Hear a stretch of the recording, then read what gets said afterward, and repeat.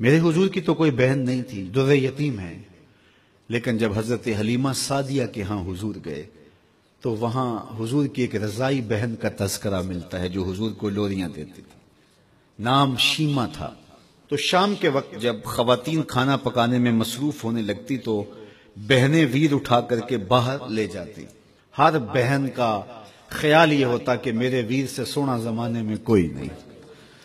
کہتے ہیں خوبصورتی دیکھنے والے کی آنکھ میں ہوتی ہے، جس کے ویر کا رنگ سونا ہوتا تو وہ کہتی رنگ نہیں تو کچھ بھی نہیں ہے، اور جس کے نقوش تیکھے ہوتے تو وہ کہتی کہ رنگ کا کیا ہے، حسن تو نقوش میں ہوتا ہے۔ جس کی آنکھیں خوبصورت ہوتی وہ کہتی میرے ویر کی جھیل جیسی آنکھیں تو دیکھو۔ اب یہی بنو سعد کے محلے میں ہوتا، بچیاں اپنے ویر اٹھا کے لے آتی ہے، کہتی میرے ویر ورگا کوئی نہیں، دوسری کہتی میرے ویر جیسا نہیں۔ اتنے میں حضرت شیمہ اپنا ویر محمد اٹھا کے لے آتے اور دور سے ہی کہتی نہیں میرا ویر بھی آ گیا، تو سب کے سر جھک جاتے، کہتی نہیں نہیں نہیں شیمہ تیرے ویر کا مقابلہ تو نہیں نا، ہم تو آپس میں بات کر رہی ہیں۔ اور پھر جب کسی بہن کے ویر کو متفقہ طور پہ ساری کہہ دیں کہ تیرا ویر ہی سونا ہے تو پھر اس کا فخر تدیدنی ہو نا، پھر ان کا ذوق آسمان کو چھونے لگتا۔ ابن حشام سیرت کی سب سے پہلی کتاب، اس میں یہ واقعہ لکھا ہے کہ پھر حضرت شیمہ حضور کو اپنی آغوش میں لے کے سمیٹتی اور پھر چومتی اور پھر وہ لوری دیتی، اور وہ لوری کے لفظ بھی لکھے ہیں، ربنا اب کے لنا محمد حتی اراہ یافعا و امردا، اللہ میرے ویر محمد کو سلامت رکھنا۔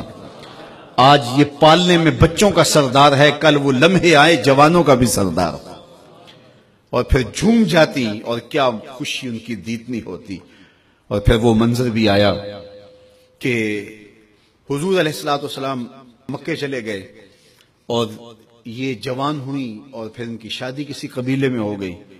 آقا کریم نے اعلان نبوت کیا، 13 سال کا وقت کٹا اور پھر حضور مدینہ شریف چلے گئے۔ جب غزوات کا سلسلہ شروع ہوا تو جس قبیلے میں شیمہ کا نکاح ہوا تھا اس قبیلے میں مسلمانوں کے ساتھ ٹکراؤ ہوا تو اللہ نے مسلمانوں کو فتح عطا کر دی۔ تو اس قبیلے کے لوگ قیدی ہو کے حضور علیہ السلام کے غلاموں کے ہاتھوں گرفتار ہیں، تو یہ اپنے قیدیوں کو چھڑانے کے لیے قبیلے کے سردار ایک ایک گھر سے فدیے کے لیے رقم جمع کر رہے ہیں۔ چلتے چلتے شیمہ کے گھر بھی پہنچے جو کہ ایک عمر کا حصہ گزار چکی تھی، اور جا کے کہا کہ اتنا حصہ آپ کا بھی آتا ہے۔ کہا کس لیے؟ کہا وہ جو لڑائی ہوئی ہے اتنے ہمارے بندے گرفتار ہو گئے تو ان کو چھڑانا ہے۔ تو چلتے چلتے باتوں میں کسی کے لبوں پہ حضور کا نام آ گیا تو شیمہ نے کہا اچھا انہوں نے تمہارے لوگ پکڑے؟ کہا ہاں۔ تو کہا پھر تم رقم اکٹھی نہ کرو، مجھے ساتھ لے چلو۔ انہوں نے کہا تجھے ساتھ لے چلیں؟ کہا تم نہیں جانتی وہ میرا ویر لگتا ہے، وہ میرا بھائی لگتا ہے۔ قوم کے سرداروں کے ساتھ حضرت شیمہ حضور کے نوری خیموں کی جانب جا رہی ہیں اور صحابہ ننگی تلواروں سے پہرا دے رہے۔ یہ مکی دور تو تھا نہیں، یہ مدنی دور تھا۔ اور شیمہ قوم کے سرداروں کے لے کے جب آگے بڑھنے لگی نا تو صحابہ نے تلواریں سونت دی، رک جا اے دیہاتی عورت، جانتے نہیں آگے کوچہ رسول ہے، آگے بغیر اذن کے جبریل بھی نہیں جا سکتے، تم کون ہو؟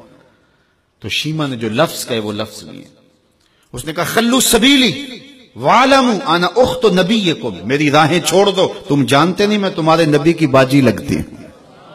تلواریں جھک گئیں، آنکھوں پر پلکوں کی چلمنے آ گئی، راستہ چھوڑ دیا۔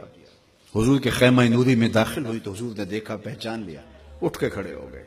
فرمایا بہن کیسے آنا ہوا؟ آپ کے لوگوں نے ہمارے کچھ بندے پکڑے ہیں، چھڑانے آئی ہیں۔ تو فرمایا بہن تو نے زحمت گوارا کیوں کی؟ تو پیغام بھیج دیتی میں یوں ہی چھوڑ دیتا، لیکن تم آ گئی ہو، اچھا ہوا ملاقات ہوئی۔ پھر حضور نے قیدیوں کو چھوڑنے کا اعلان کیا اور کچھ گھوڑے اور چند جوڑے حضرت شیمہ کو حضور نے تحفے کے طور پہ دیے۔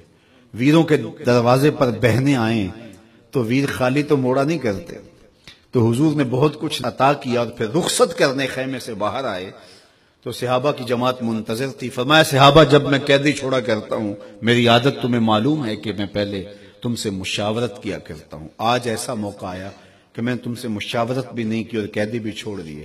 کہا جو چاہیں آپ کریں، لیکن کیوں مشاورت نہیں فرمائی حضور؟ اگر ارشاد فرما دیں تو فرمایا اس لیے کہ میرے دروازے پہ میری بہن آ گئی تھی۔